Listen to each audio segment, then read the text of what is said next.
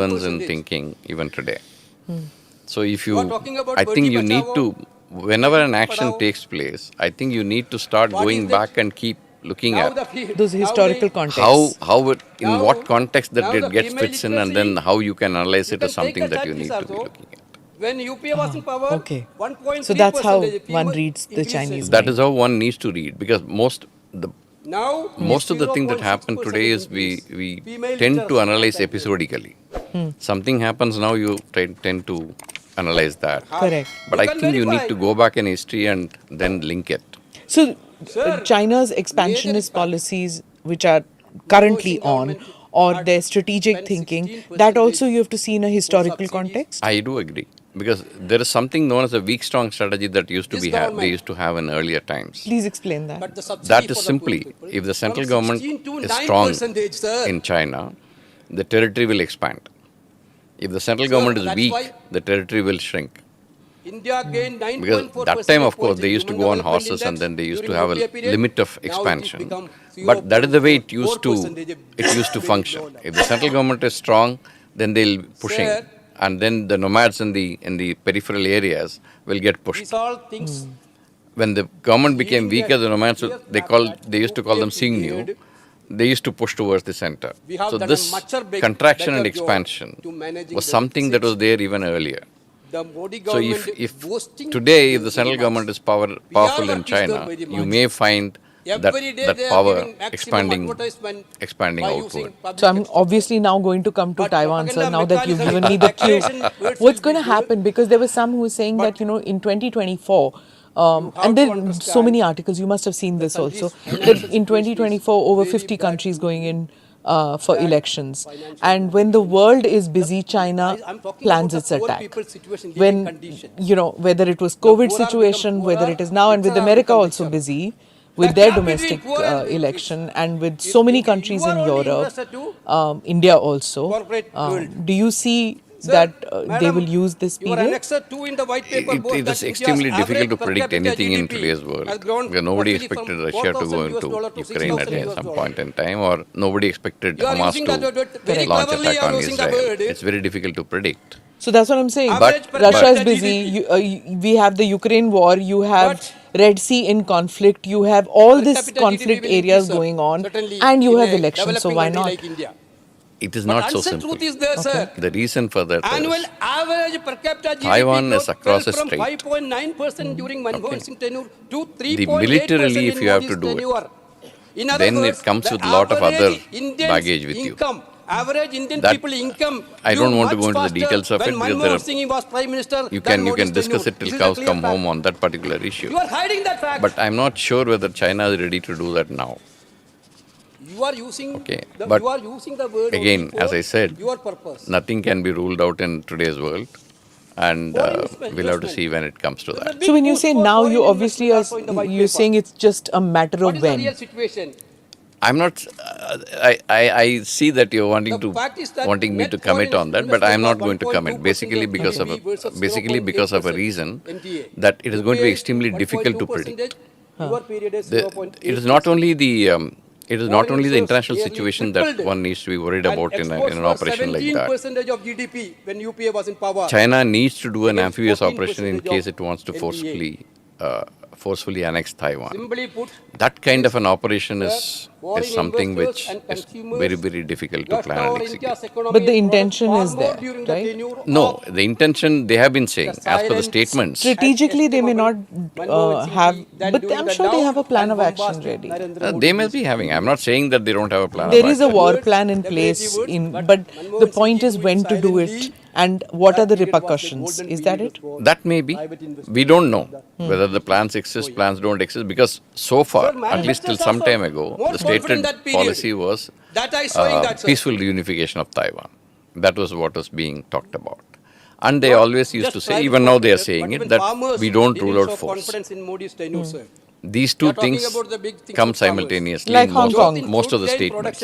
Hong Kong was a different ballgame because Hong Kong was given to them back as their own territory. But a peaceful, and initially they had said that we will not, it won't be that kind of a unification where Hong Kong No, they will said be part one of country, it. two systems. Yeah. That one country, two system didn't work very well in Hong Kong. Therefore, it had repercussions in the previous election in Taiwan. Didn't work well means what? It didn't work well as far as China is concerned. It didn't work well. No, the way it was perceived, like for example, when they passed that Hong Kong security law in 2019, that is the time elections in Taiwan were supposed to take place. The job market is. And the way that China enforced that law and the protests that came up